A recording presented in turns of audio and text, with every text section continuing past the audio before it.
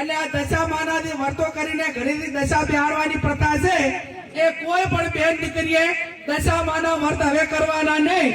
અને જેને દશામાં નડે એ બધા માને મારે અહીંયા મેલતી દો. હું એકલી ગાડી ફેરવું છું, દશામાં મારા ભેગા ગાડી ભરશે. અને નડે તો મને નડે, તમને કોઈ નડશે નહીં. બરોબર ને?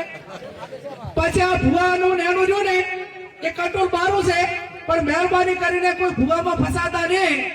તમારું જે કર્મ છે એનું એ અગત્યનું છે. જેવું કર્મ કરશો એવું ભોગવશો.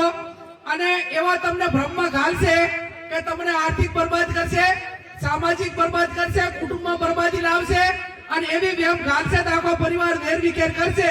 એટલે મહેરબાની કરીને કોઈ પણ પ્રકારનું દખ હોય તો ડોક્ટરને બતાવવું, હગાવાલાને બતાવવું, એને વાત કરવાની. કોઈ પણ હકામણ હોય તો વાત કરવાની. 5 જણા મિત્રોને કહેવાનું, પણ ચાહે અંધશ્રદ્ધામાં આવવાનું ને. અને ભોપા જો આખા દેહનું બધું મટાડી દેતા હોય તો હું કેશોદી આ સાહેબ બે તમે કોઈ ભોપાની બાધા રાખો અને અમે તમારે અહીંયા કોઈ પણ કામ ના કરો અને ચૂંટણીમાં ફોર્મ ભરા દીધા તો એ ભોપો હાસો. એ આપણે બીજાની આબરૂ થાય એવું આપણે ના કરવું જોઈએ.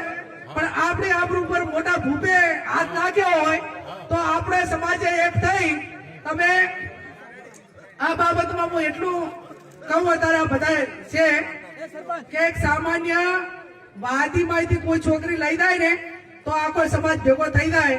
અને તમારા સમાજ અને આપણા સમાજ એટલે આપણા સમાજમાંથી ગમે એટલી દીકરીઓ બીજો સમાજ લઈ જાય ને તો એના માટે સમાજ આક્રમક નથી. અને એટલા માટે ક્યાંક ને ક્યાંક મોટી તકલીફો ઉભી થાય રહી છે. એટલે આપણે કોઈને આબરૂ ઉપર કે કોઈની દીકરી લાવી નહીં અને આપણી દીકરી કોઈ લઈ જાય તો આકાશ પાતાળ કરીને જે કરવું પડે એને લાયો પાર મેળવો.